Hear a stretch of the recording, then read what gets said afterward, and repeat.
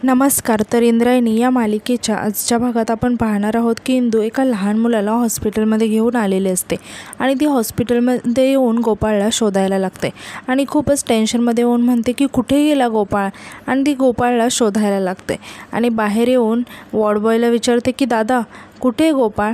तेव्हा वॉर्डबॉय सांगतो की 2 नंबरच्या वॉर्डमध्ये. तेव्हा तेथील एक डॉक्टर म्हणते की 2 नंबरच्या वॉर्डमध्ये डॉक्टर गोपाळ नाही आहेत आणि रागात विचारते की तुम्ही का शोधताय गोपाळला पण.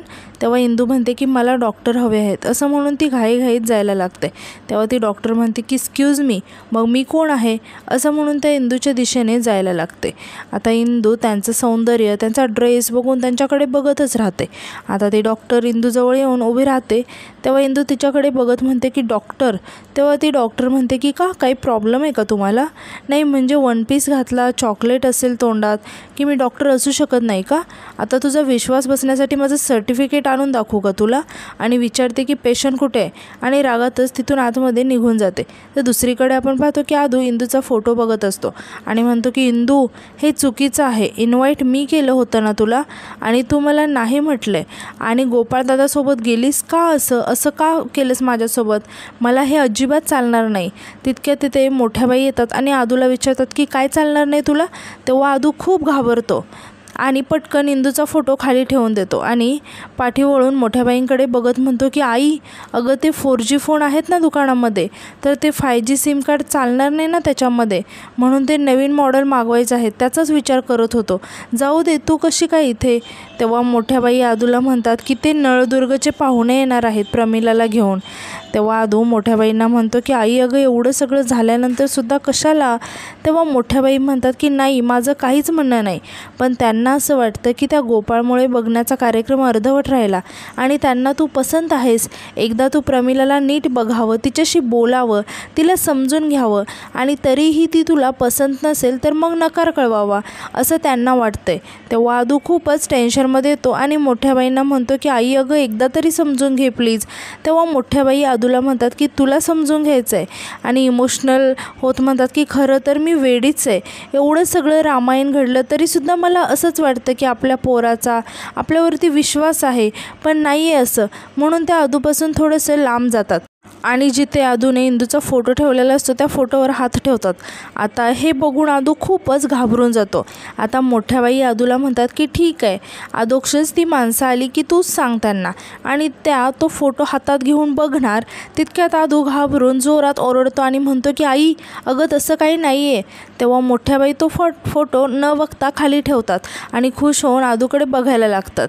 आता आदूला जरा बरं वाटतं. आता मोठ्या बाई आदूला म्हणतात की असं काही नाही आहे, माझा अदोक्षच माझ्या शब्दाबाहेर नाही आहे आणि सांगते त्यांना आणि तयारी करते असं म्हणून त्या तिथून निघून जातात. तर आदू इकडे खूपच टेन्शनमध्ये आलेला असतो. तर दुसरीकडे आपण पाहतो की इंदू गोपाळची वाट बघत असते. आता आणि रायासुद्धा आता तिथेच असतो. आता इंदू रायाला म्हणते की कसा काय पडला असेल रे पोरगा हा, आणि एवढासा जीव, त्यात ऐन वेळेला गोपाळ गायब झाला. तेव्हा राया म्हणतो की आपल्याला सगळ्यांचं सगळं कळतं इंदूताई, तू टेन्शन नको घेऊस, त्याला काहीच नाही होणार, आपला दोस्त आहे तो, एकदम स्ट्रॉंग आहे. तेव्हा इंदू कौतुकाने रायाकडे बघायला लागते. तितक्यात ती डॉक्टर इंदूजवळ येते आणि म्हणते की तुम्ही पेशंटच्या कोण आहात. तेव्हा इंदू सांगते की ओळखीची आहे मी, त्यांच्या घरी कळवलं, येतीलच ते इतक्यात. कसा आहे तो आता. तेव्हा ती डॉक्टर सांगते की अशक्तपणा आहे, सलाईन लावलेत, काळजीचं काही कारण नाही. तितक्यात तिथे गोपाळ येतो आणि इंदू आणि रायाला बघून म्हणतो की काय रे, तुम्ही इकडे काय करताय. आणि रायाला म्हणतो की देवराया, तू इथे काय करतोय. तेव्हा इंदू गोपाळला म्हणते की लढाईच्या दिवशी खाडा कुठे होतास रे तू. तेव्हा राया म्हणतो की आम्ही तुझ्याकडे पेशंट घेऊन आलेलो. तेव्हा गोपाळ आश्चर्याने विचारतो की काय रे, काय झालं, घरातल्या कोणाला काय झालं. तेव्हा राया सांगतो की अरे काय नाही, माझा दोस्त चक्कर येऊन पडला, सलाईन लावले, त्या रूममध्ये येतो. आता ती डॉक्टर गोपाळच्या खांद्यावर हात ठेवत म्हणते की गोप्स, काही काळजी करण्याचं कारण नाही, आत्ता सगळं ठीक आहे. तेव्हा इंदू खूप आश्चर्याने गोपाळ आणि त्या डॉक्टरकडे बघायला लागते. आता गोपाळ डॉक्टरला विचारतो की आत्ता बरा आहे ना तो. तेव्हा ती डॉक्टर सांगते की हो, तू टेन्शन घेऊ नकोस, सगळं काही ठीक आहे. तेव्हा गोपाळ म्हणतो की ठीक आहे, आता तू बघितलेस त्याला म्हटल्यावर मला काही काळजी करण्याचं कारण नाही. तेव्हा ती डॉक्टर म्हणते की गोप्स, काय बोलतोयस तू, आता मी मरायला तयार आहे हा. तेव्हा गोपाळ खूपच हसायला लागतो. इंदू मात्र त्या दोघांकडे खूपच आश्चर्याने बघत असते. आता राया गोपाळकडे बघत म्हणतो की गोप्स आणि हसायला लागतो. आता राया हसत म्हणतो की गोप्स, ऐकायला अगदी गोड वाटत आहे. आणि असं म्हणून तो गोपाळजवळ जाऊन बसतो आणि गोपाळला म्हणतो की बरं मी काय म्हणतो गोप्स आमचं. तेव्हा गोपाळ रायाची ओळख करून देत म्हणतो की हे जे छोटं माकड दिसत आहे ना तो माझा भाचा आहे देवराया. यावर राया म्हणतो की आणि माकडाचा मामा कोण.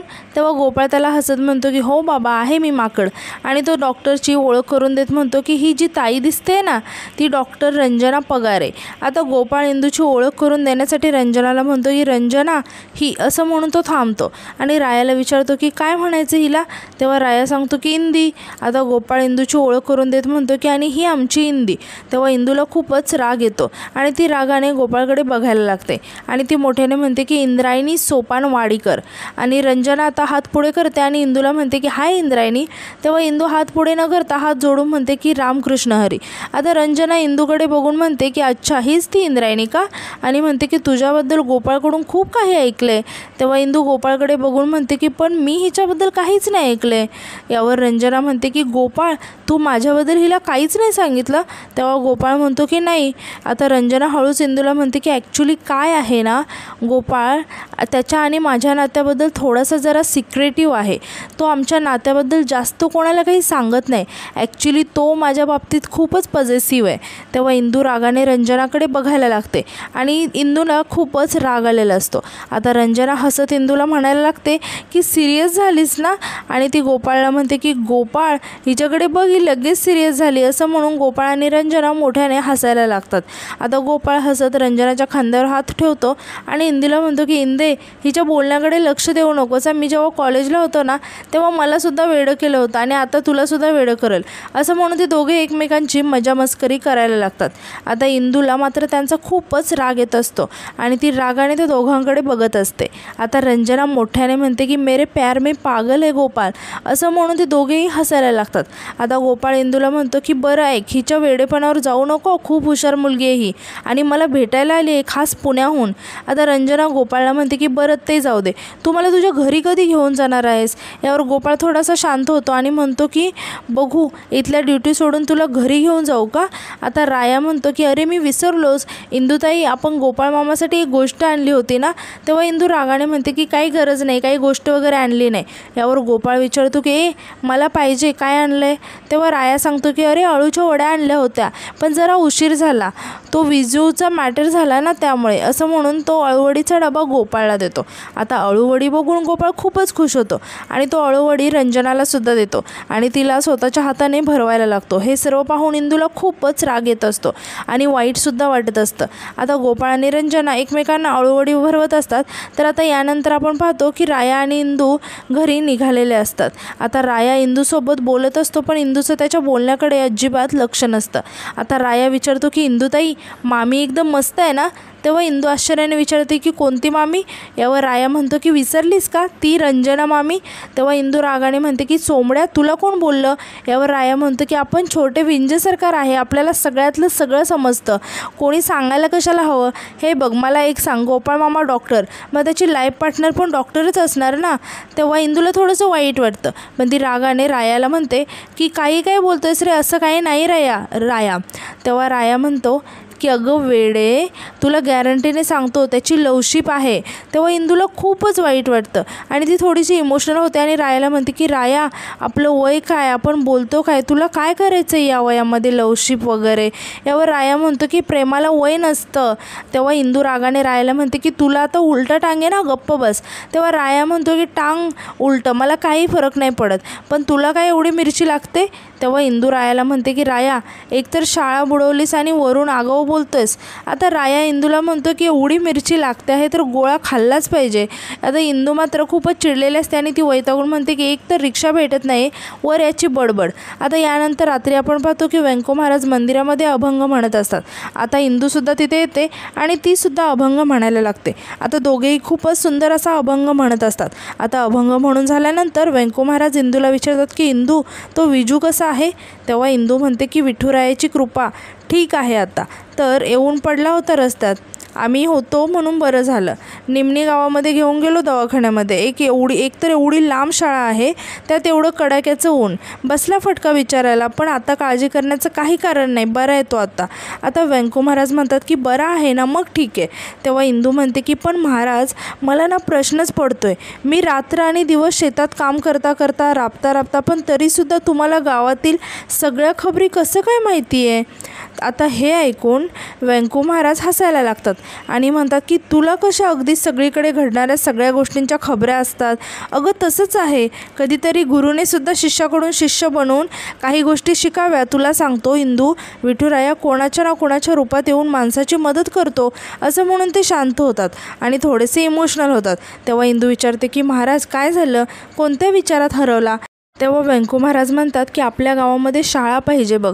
एवढी लहान पोरं शाळा शिकण्यासाठी 7-8 किलोमीटर लांब जात आहेत. ही काय बरी गोष्ट नाही आहे. आज विजूबाबत जे घडलं ते कोणत्याही पोरासोबत घडू शकतं.